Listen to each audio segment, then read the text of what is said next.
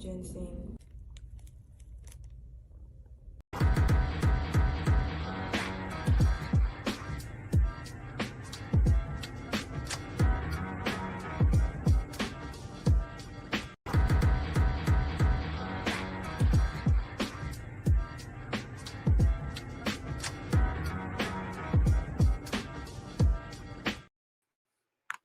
All right, peace, peace, peace. Greetings, family. Greetings, greetings, greetings to everyone. This is Professor Griff, and of course, this is Arm the Masses. All right, brought to you by Black Power Media Reloaded. Shout out to my man, Kalanji, Chaba Changa. Always in the building. The spirit is always in the building. I ain't had him here yet. I don't know when he's gonna come through and get on live with me. I don't know. You know, I gotta kind of have my people contact his people to contact his people to contact him. So I'm just saying, he's that important. So I'm just saying for the little peasants that are down here. Anyway, Mr. Davey D in the building. What's going on, man? How you feel, good bro? All right. Now that's a pleasant surprise, Mr. Davey D. All right, greetings, everyone. Once again, this is Arm the Masses. All right, and this is Professor Griff. And of course, the flip side of this thing, way over here to the right, is Serious Minds RN TV, and we're going to be talking about Thanksgiving. We should be calling it Thanks-taking, but Thanksgiving, the whole idea of it, through the lens of our Native American brothers and sisters, is a day of mourning. All right, so we're going to figure out how we're going to approach this particular conversation, and of course, anytime you have this conversation, it would kind of come off like you're stepping on some toes, but the truth must be told. Shout out to Quan S. What's good with you, Quan? Quan is in the building. I'm thinking Quan might have a day off, y'all. So, I give thanks. So, everybody, let me know where you checking in from, and then we can kind of start this discussion. It would be a beautiful thing if we can do that. All right. So the question now is, where you at? Where you at? Where you at? Of course, Davey D checking in all the way from the West Coast. All right. Davey D checking in from the West Coast. Pontiac, Michigan. That's the first. That's new. Pontiac, Michigan's in the building. Roxbury, The Rock. All right. Boston is in the building. Beantown. All right. Where you at? And good afternoon to you, Natural L. Charlotte, North Carolina is in the building. You said warm up, I know, because it's getting cold outside, and New Orleans in the building. All right. Who else? Boston, Mass. Damn, Boston is showing up like a fat rat in a cheese factory. All right. Shout out to everyone on IG over here, and shout out to everyone on Facebook and YouTube. Quan S is in the building. All right. Fayetteville, North Carolina is in the building. New Jerusalem is in the building. All right. Chi-Town, the Chi. Somebody said Alaska. Now you know you need to. Now you know you need to stop. Alaska ain't in the damn building. Somebody said Alaska. 6-1. Damn, Boston, Beantown. What's up, man? All right. Let me tell you something, man. Raleigh, North Carolina's in the building. Once again, Davey D, man, does a degree of journalism that's just, him, Kalanji, there's a few other people I can mention. They just do a level of journalism that's truly, through the lens that I'm looking through, is unmatched, man. There's some other people that's out there doing the damn thing. They just not coming to mind right now. But when I think of Davey D and, his little microphone, when I sat in front of him, we had to swap out the batteries, change the cord, move the screen, hit it, kick it, elbow it, throw it down, flip it, toss it to one another, and then it worked. So we made it happen. But Davey D makes it happen for real. Trust me. All right. Anyway, in the meantime, between time, this is Thanks-taking, a day of mourning. Did I say? Keep it up. So that's a dog face? Man, I'll pick this camera up and turn it your way. Before the colonizers came. And so they said we eating today before the colonizers came. Dad. That's what I do every year. Right. Celebrate today, mourn tomorrow. Celebrate today and mourn tomorrow. I hear you.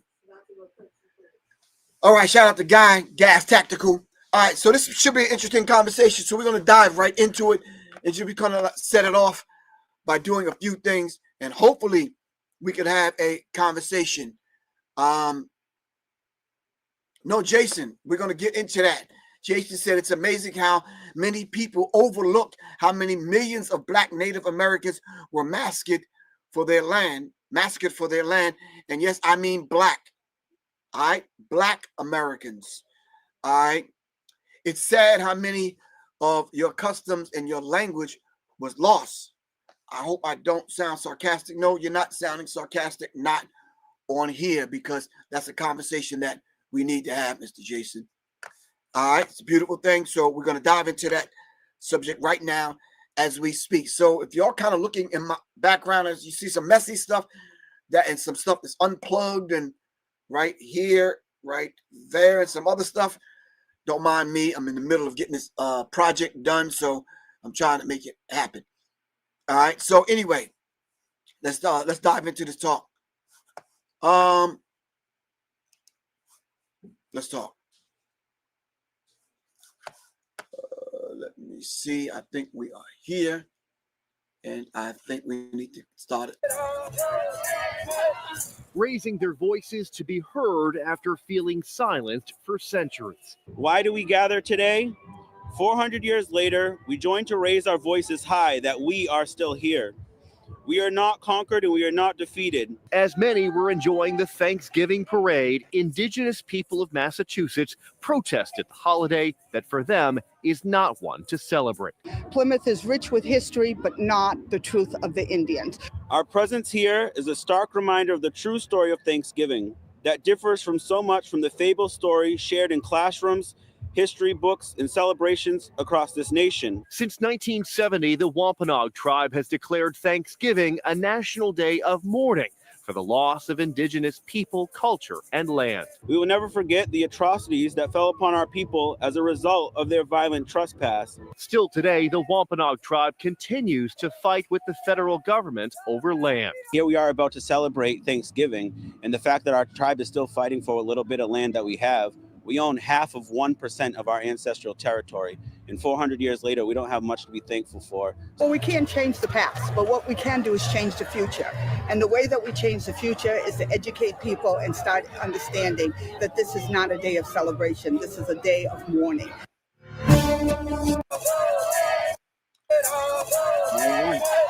Raising their voices.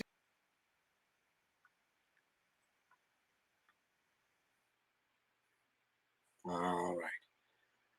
She said we cannot change the past, but we can change the present in order to affect the future. Hold on, let me change this light.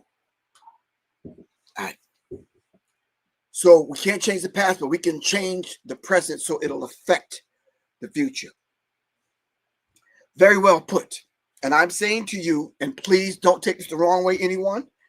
And if you're out there, and if you're a lot smarter than I am, then I think you are. Can you please pull Professor Griff's scarf and correct me on this? She said we cannot change the past, but we can change the present in order to affect the future. So I'm saying to you, we can change the past. We can change the past in the history books. We can change the past in the people's minds. We can change the past on how they once thought about Native Americans, tribes, Black Native American tribes, history on how it has been rewritten to make the colonizer seem like the colonizer is actually the victim. All right. The whole idea of the lies that were told and put in history books to affect what's going on today. The vast majority of people do not have a healthy respect or understanding of history when it comes to Thanksgiving. The Native American people. What happened prior to the colonizer coming to the United States of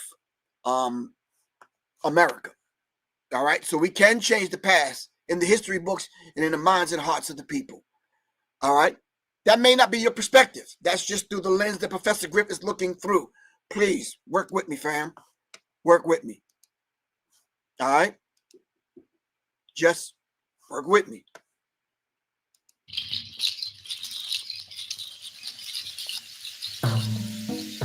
When I think of Thanksgiving, what comes to mind is not thankfulness or a big turkey. What I think of is far more important and serious.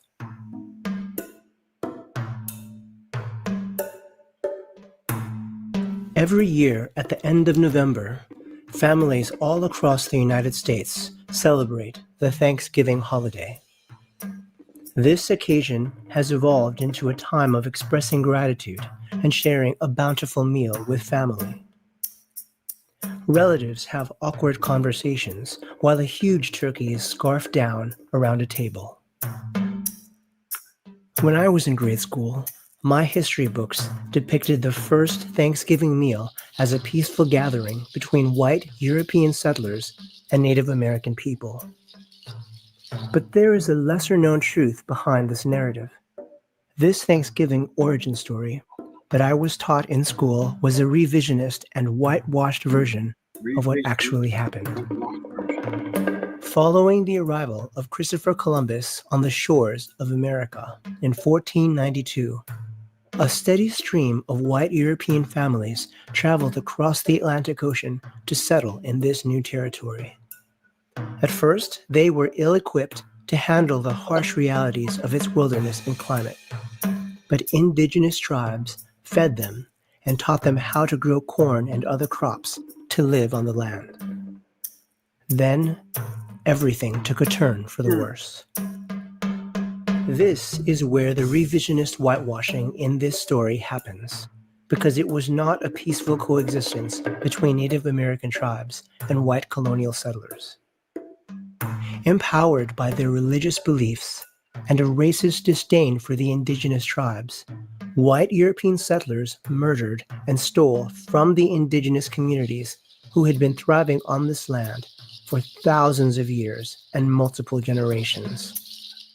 These colonial settlers destroyed indigenous cultures by eradicating them, and even sold captive tribal members off to slavery. This brutal and racist genocide continued throughout the expansion of the United States westward to the Pacific Ocean. Five-term governor of Plymouth Colony, William Bradford, described Native Americans as savage people who are cruel, barbarous, and most treacherous. At every level, the settlers were intent on vilifying and disempowering indigenous people. Thanksgiving has been whitewashed as a symbol of kind gratitude expressed by the white European settlers toward Native tribes. This revisionist history only serves to silence the stories and voices of the millions of indigenous people who were slaughtered under a heartless and cruel colonialist agenda. Since 1970, the United American Indians of New England have carried out a National Day of Mourning during the U.S. Thanksgiving holiday. This is what they have to say about it.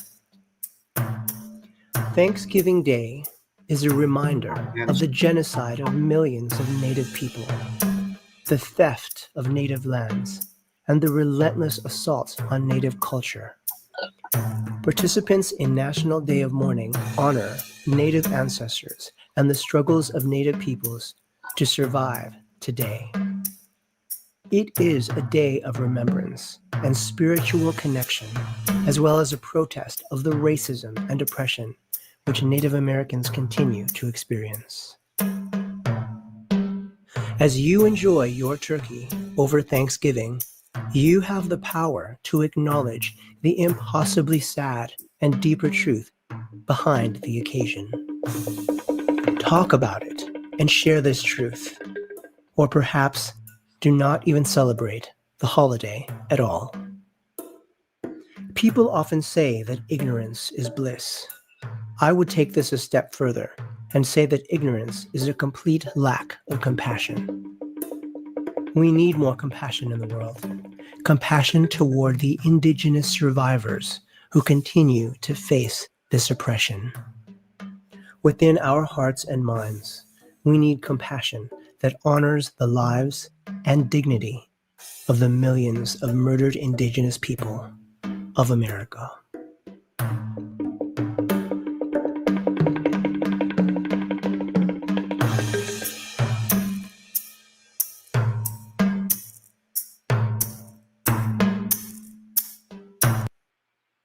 It says, honor the truth of Thanksgiving. All right. We cannot unsee what we've seen on how the colonizer have not only have done this to the Native Americans here in America, but we have to study history in depth to know and understand that who were those Native Americans that were here. We're not talking about the $5 Indian. All right. We're not talking about the $5 Indian that Dane Calloway so eloquently kind of put out there for us to study and take a second and third, matter of fact, a third look. All right. So, hold on. Okay, cool. Got you.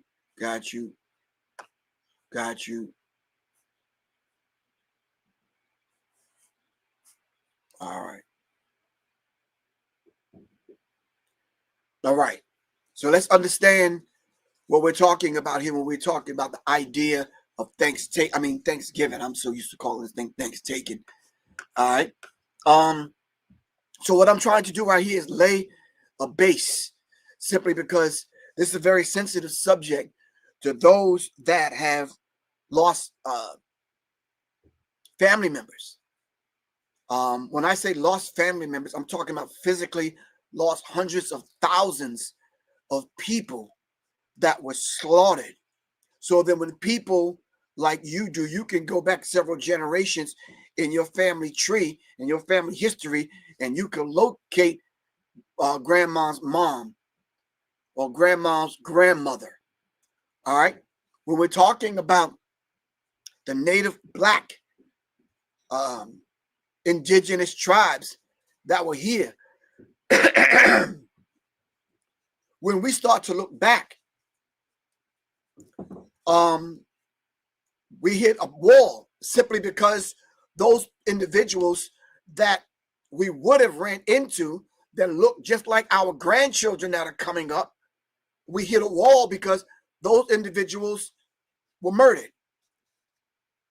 All right. And then the flip side to that atrocity, that genocide, was the fact that the ones that remained were still put in schools and in camps and indoctrinated with this Western kind of philosophy and the treatment that the children received. And then not only that, we could go on to talk about the Trail of Tears, and there weren't only one Trail of Tears, there was many Trail of Tears.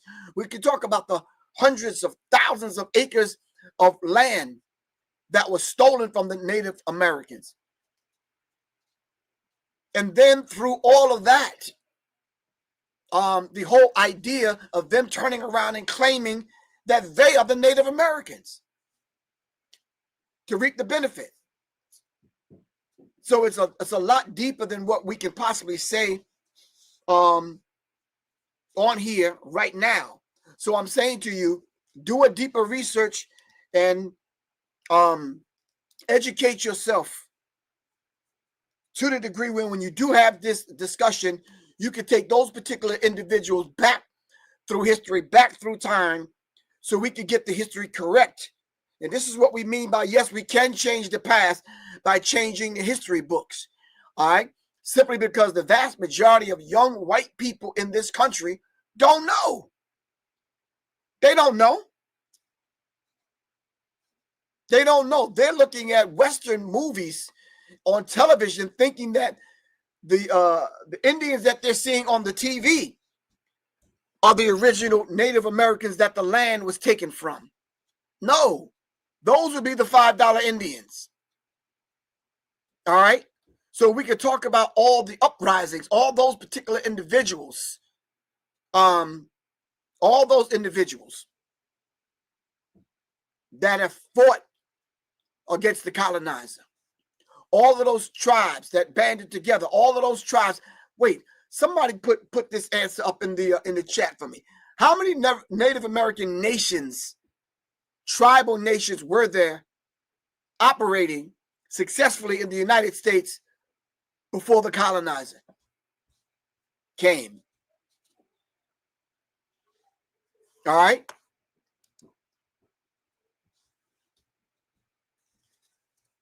Okay. Let me give a shout out to all the Native Americans out there that are Blackfoot.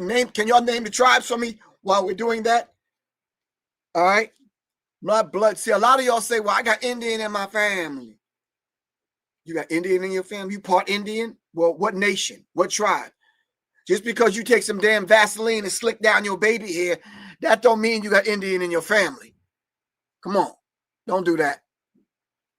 I remember that was a thing back in the day, to say that you got Indian in your family because you use Daxed or you use Vaseline. Cherokee tribe checking in.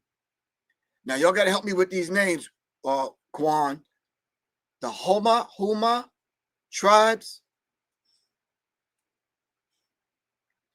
All right. The Blackfoot Native American tribe checking in. All right. Don't give me this thing about you have Native blood, but you can't tell me anything about any Native tribe. Seminoles checking in. All right. The Creek checking in. Homa. Oh, got you, Quan. Homa.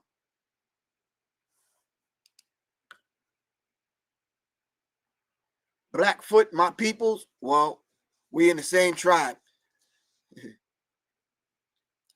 I don't want to hear that garbage about you mixed. Now, talk to me about your tribe. Now, y'all got to help me with some of these names. Y'all know. All right. IG, where y'all at? I'm waiting for y'all over here on IG. Give me the Native American tribes. All right. Salute. Tahinos. See if I. The Mayans, Black American. Dang, need to know. Apache, Comanche, Seminole, Cree, Creek, Crow, Navajo, Sioux. All right.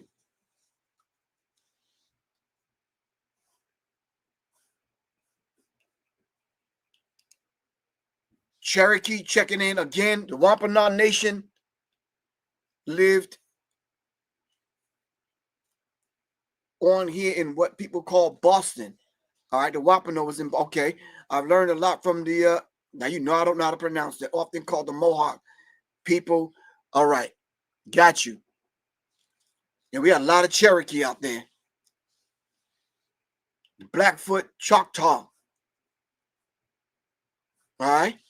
If you're unaware about what tribe that your people were connected to, all right, this is a good place to start where you can go back and do that. All right. There were many nations operating prior to the colonizer coming. All right. Many nations. And then even when Lakota, shout out to the Lakota people. All right. The Iroquois tribe. All right. So we have to understand and know history. All right. And now see, this is whitewash revisionist history that hold on.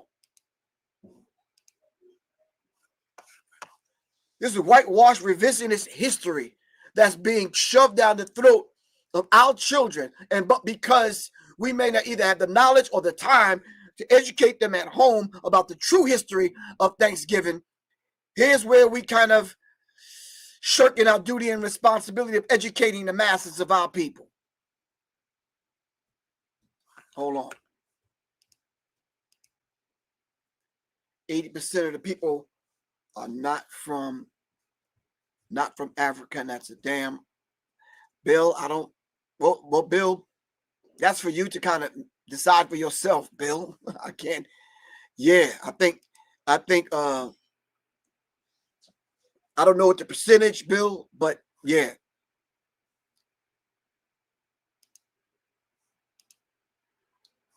Yeah. Cherokee Nation, Choctaw, the Chickasaw, pardon me, Choctaw. Okay, I got you. Arawak. All right.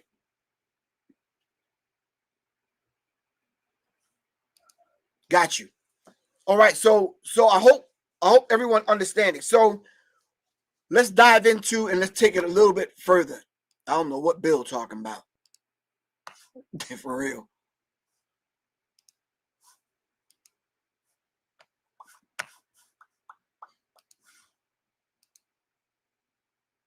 The first Thanksgiving.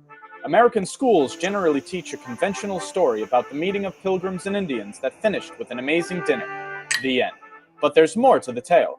This video will explain the events around the first Thanksgiving and how it's not the image ingrained in tradition. At the start of the 17th century, southern New England was home to a variety of busy communities within several confederations. These were the people of the first light, and they called their home the Dawnland. Political leaders were known as sachems and had been trading with Europeans for over 100 years before the Pilgrims. Relations soured only after deceitful Europeans kidnapped locals to sell as slaves.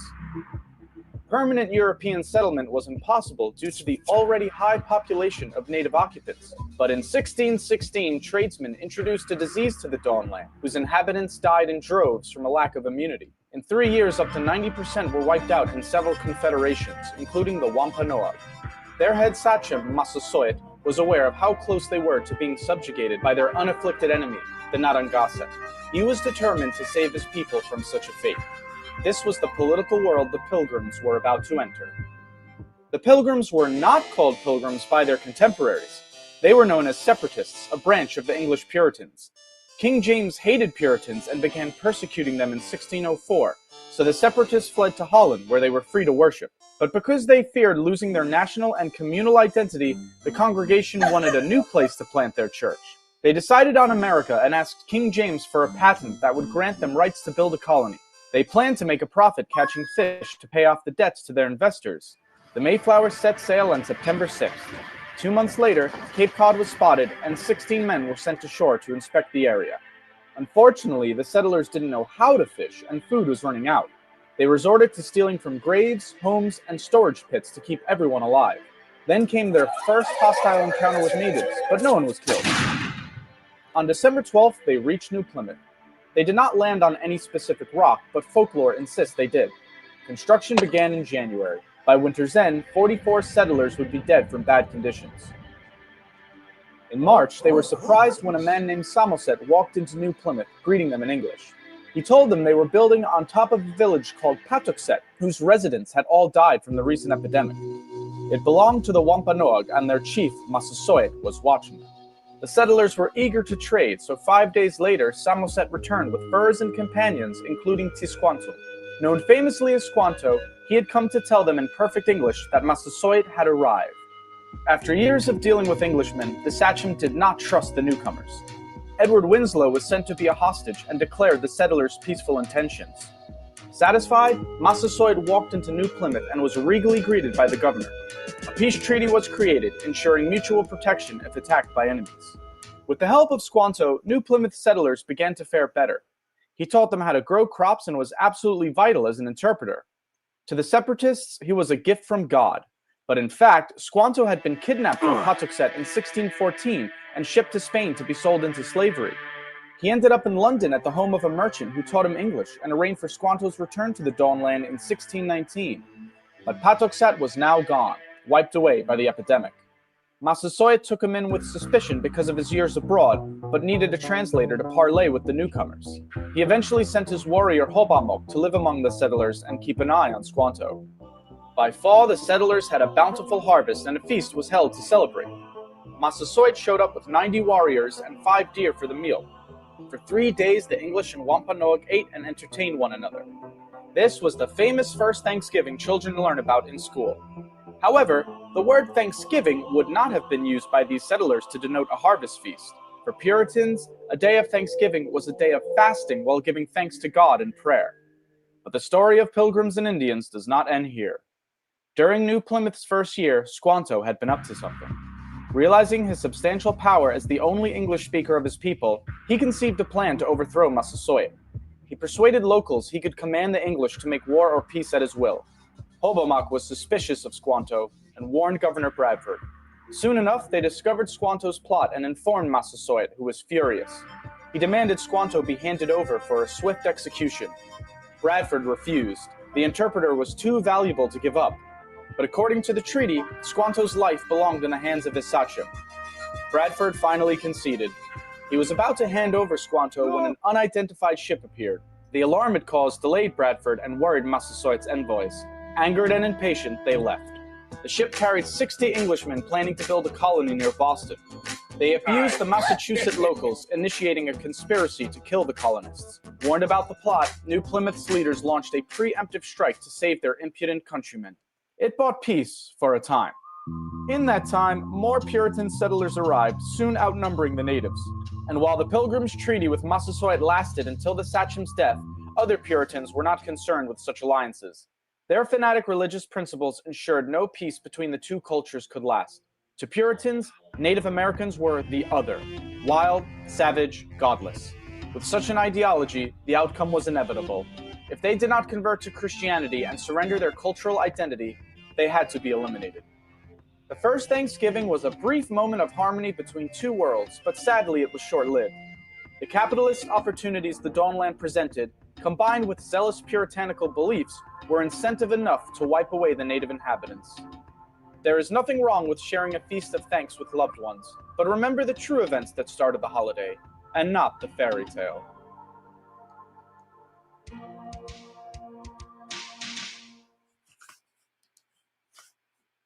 All right. All right. Hold on. All right. These are just some of the things and some of the places where you can start. All right. You can start where I'm starting today to get a basic idea. All right. To get a basic idea of where to go and use that as a basis and kind of go from there simultaneously. And at the same time, you can go look at your family history. All right. Sir Jinx, what's good with you, good bro? All right. Jinx is in the building. So let's understand this particular dynamic and how this is working. All right. Quan, I am trying to get you back in. Hold on. No. Anyway.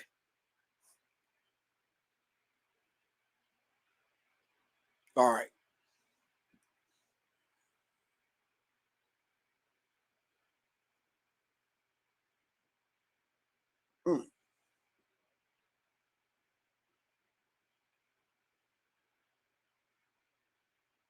Okay, cool. Go on. All right. I made a mistake and blocked Quan.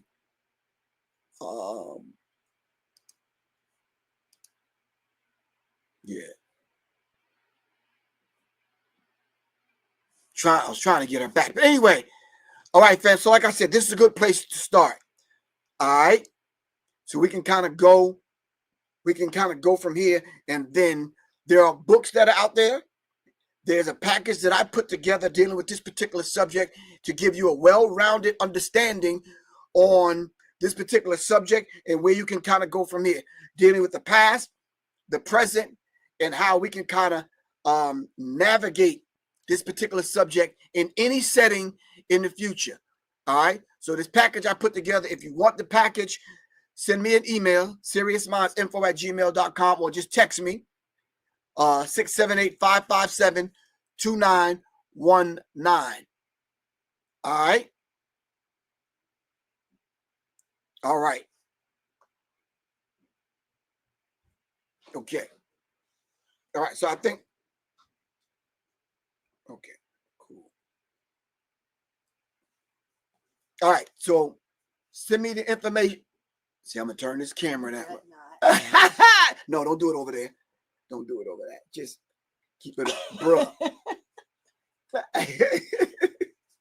Thank you very much. Wait, what is this? It's a matcha latte. It's a matcha latte. Yes. And you made it? Story made it? Creamer. Story made that for you. Coconut creamer matcha latte. Vegan. All right.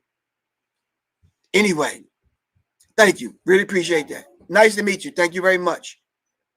Anyway, so let's take another deeper look. All right. Hold on for a second. Let me share my screen. Boy, a lot be going on. A lot. Okay. Let me see. Let's see. Here.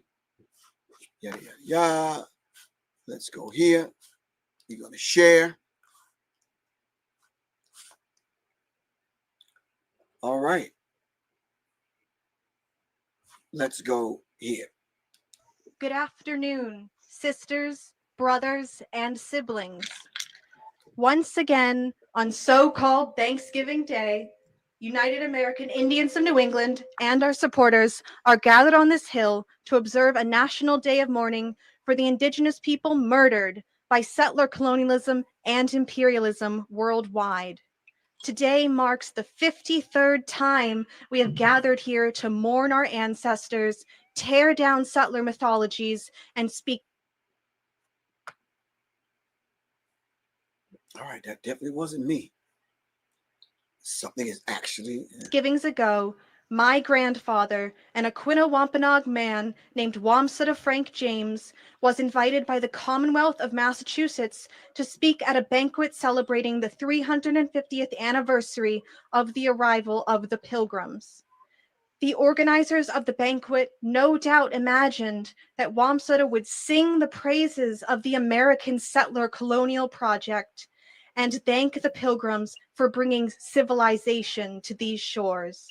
However, the speech that Wamsutta wrote, which was based on historical fact rather than the sham version of history perpetuated in the Thanksgiving myth, was a far cry from complimentary. Right.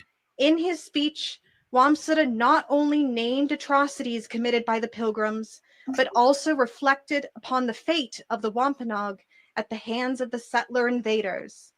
The speech contained a powerful message of Native American pride. Our spirit refuses to die, wrote Wamsutta. Yesterday, we walked the woodland paths and sandy trails. Today, we must walk the macadam highways and roads. We are uniting. We stand tall and proud, and before too many moons pass, we'll right the wrongs we have allowed to happen to us. When state officials saw an advance copy of Wamsutta's speech, they refused to allow him to deliver it, saying that the speech was too inflammatory. They told him he could speak only if he were willing to offer false praise of the Pilgrims. Wow. The organizers even offered to write a speech for him, one which would better fit with their settler colonialist narrative.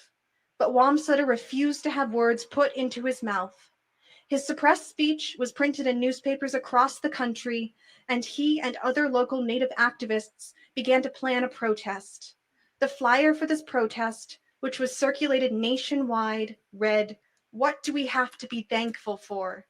The United American Indians of New England have declared Thanksgiving Day to be a national day of mourning." On so-called Thanksgiving Day 1970, Wamsutta and members of at least 25 tribes, as well as a sprinkling of non-Native allies, gathered here on this hill and observed the first National Day of Mourning. That first year, my grandfather never got a chance to deliver his speech, although some who do not know our history say he did. Up to 200 Native people and allies gathered on that day. They spoke out about the Pilgrim invasion and conditions in Indian country, marched around Plymouth, boarded the Mayflower too, and even buried Plymouth Rock. One leader of the American Indian movement would later say of the first National Day of Mourning that it is a day American Indians won't forget.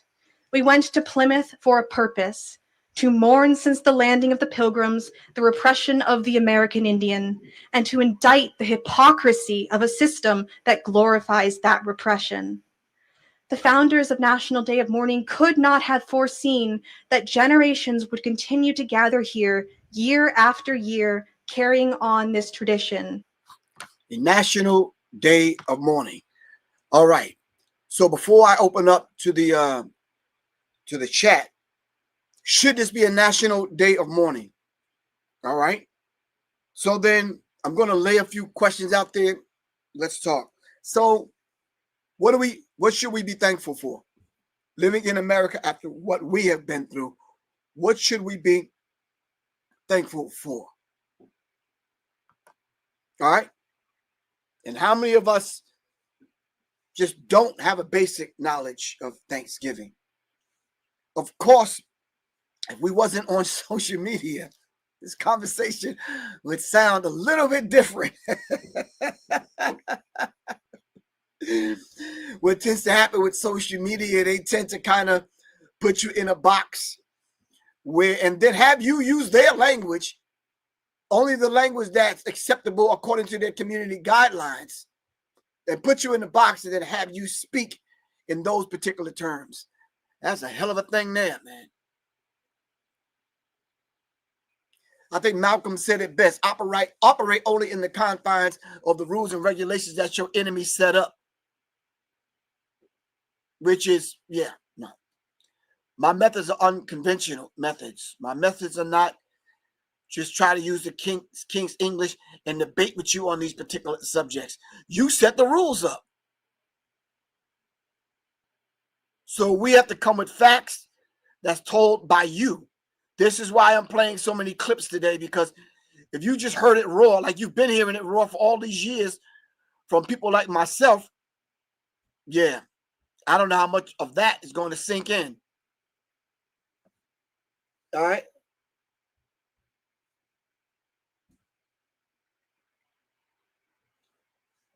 For real. So, yeah.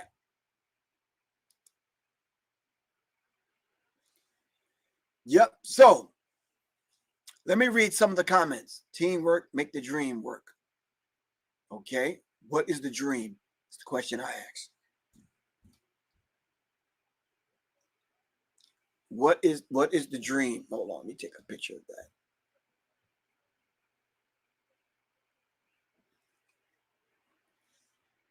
What is the dream? Bristol, UK here for the cooking. Well, let's cook it up then. Blackzilla. What up, Griff? Peace. What's up? Y'all checking in kind of late. I come on at 12 noon. This broadcast is almost over, and I didn't get a chance to dive into some of the things I want to dive into. But I did put a package together in reference to having all of this information consolidated into one or maybe 5 PDFs that I'm sending out to individuals that want to at least get a deeper understanding of what this is about. Wa alaikum salam, good bro.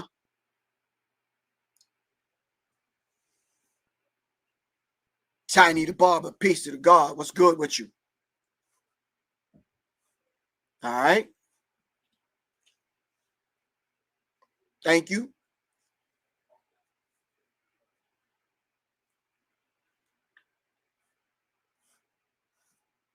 Who else?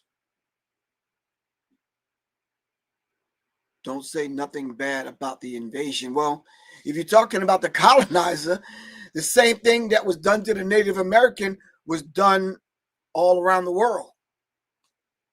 So we're not making it up. So you can look around the world at these people's behavior, and you can see it's the same kind of behavior. You understand what I'm saying? Same kind of behavior. Oh, give thanks. U.S. corporation capitalized off thank. Foxy Moon, I'm not sure where you're going with that.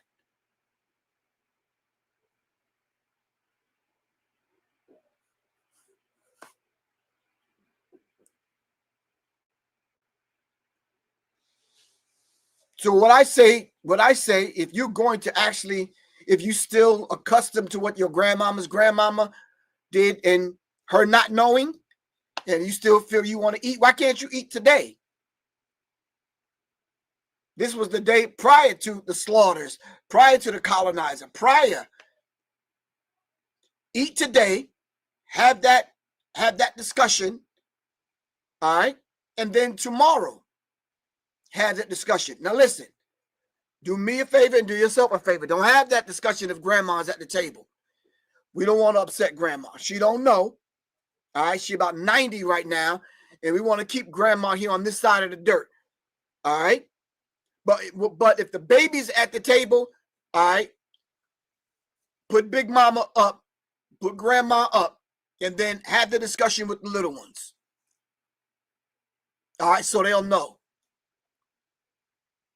Because then you're going to turn around on Black Friday, and that's a whole nother discussion that we need to have on Black Friday. That's a whole nother discussion. Then you got Cyber Monday. Then you got take the shit back to the goddamn store that don't fit and you don't like and broke and didn't find the right batteries for on Saturday, whatever day that is. They weren't clever enough to give you the name of that day.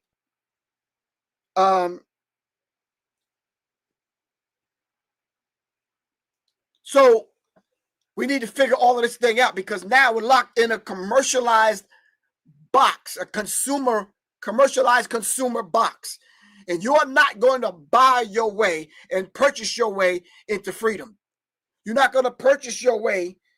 You're not going to swipe and tap your credit card into freedom. You're not going to tap your credit card into liberation. That's just not going to happen. You mean to tell me you're going to buy your way out of this mind state that you're in? You're going to consume your way out of it? That's not going to happen. So we might as well kind of put the seatbelt on, do some serious research, do some studying, sit down with one another. All right?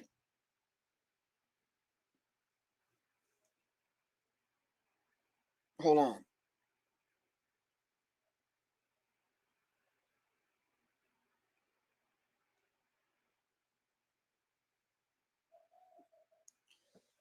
We might as well sit down with one another so we can have the discussion on, this is the start, this is the beginning, this is the reference point. All right? So you cannot unsee this. You can't unhear this. I played 4 or 5 clips already for you to get it from 4 or 5 different angles, as opposed to it coming from Griff. Because if it was coming from Griff, I had some serious articles that I could have pulled up and we could have dove into those. You understand what I'm saying?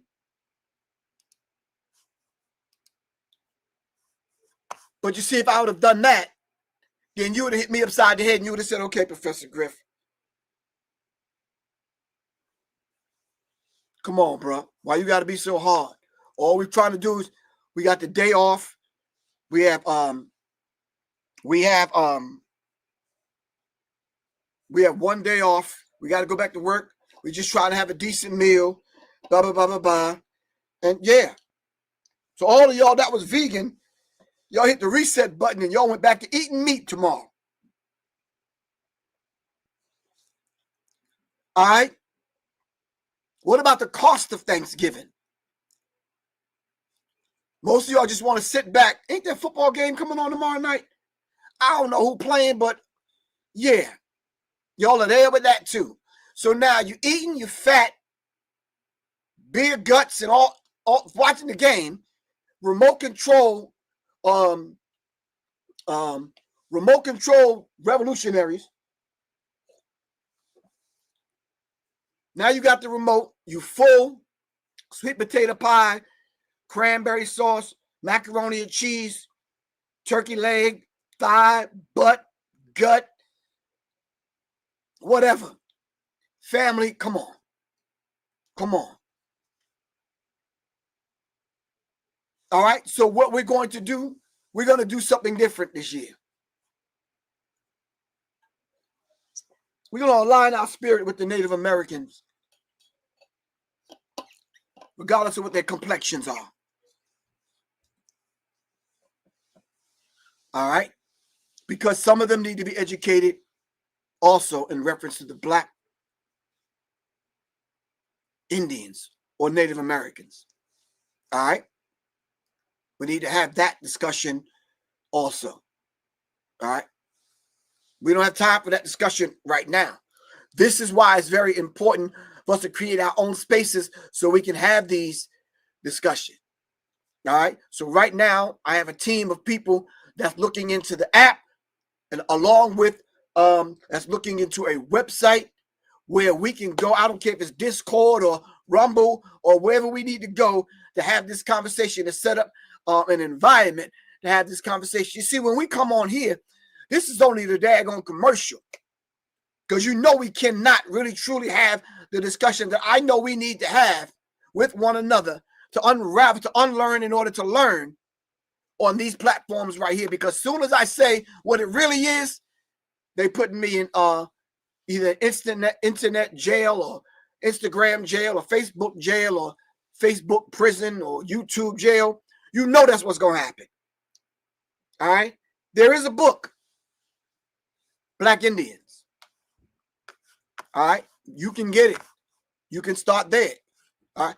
There's hundreds, I said hundreds of links, all right, that you could click on. Hold on. That you can click on. Let me show you. That'll give you the information. There are some people that are telling the truth out there, and we can tap into them. All right? This book right here, Black Indians. Let's pull it up. The Zen Education Project, Black Indian. This other book here, Black Indians, A Hidden Heritage. All right?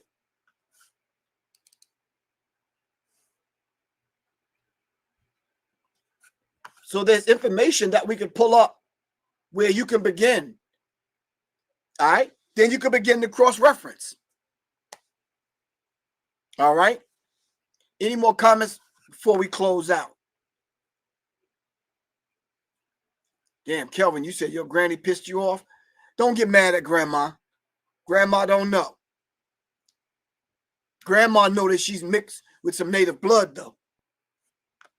So rather than getting grandma angry and mad and you getting mad at grandma and granddad, all right, sit down at their feet and get some of them stories so we can begin to piece this thing apart.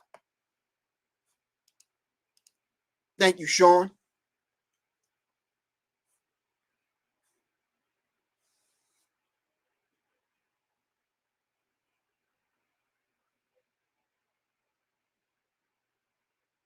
Thank you, Angela.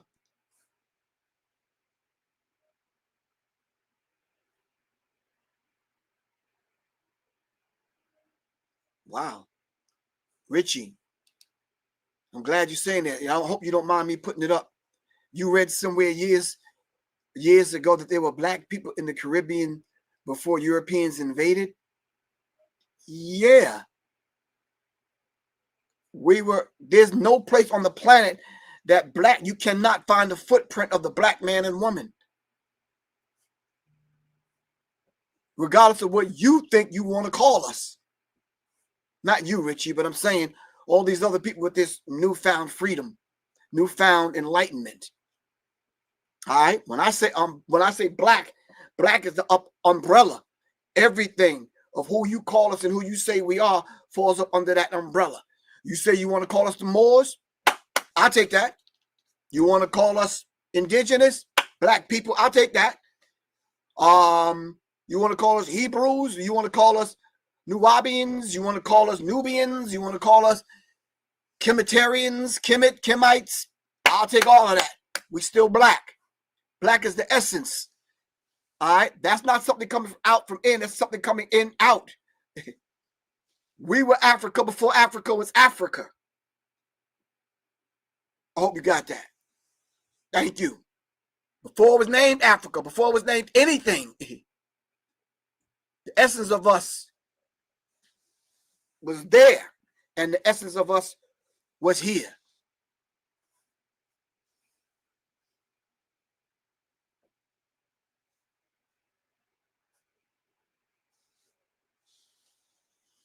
All right. As we close, family, if anyone wants the information, please contact your brother, Professor Griff. Give a small donation, and I'll send the information out to you. All right. Each one teach 3. All right. Revolution is not an event. It's a process. Love y'all to life, fam. This is Professor Griff. All right. Peace. Shout out to Kalanji. Shout out to Black Power Media. Reloaded. All right. This is Arm the Masses with your brother, Professor Griff. Once again, text me. My phone number is 678-557-2919. I started to say something else about this comment, but I said, no, let me be cool. All right.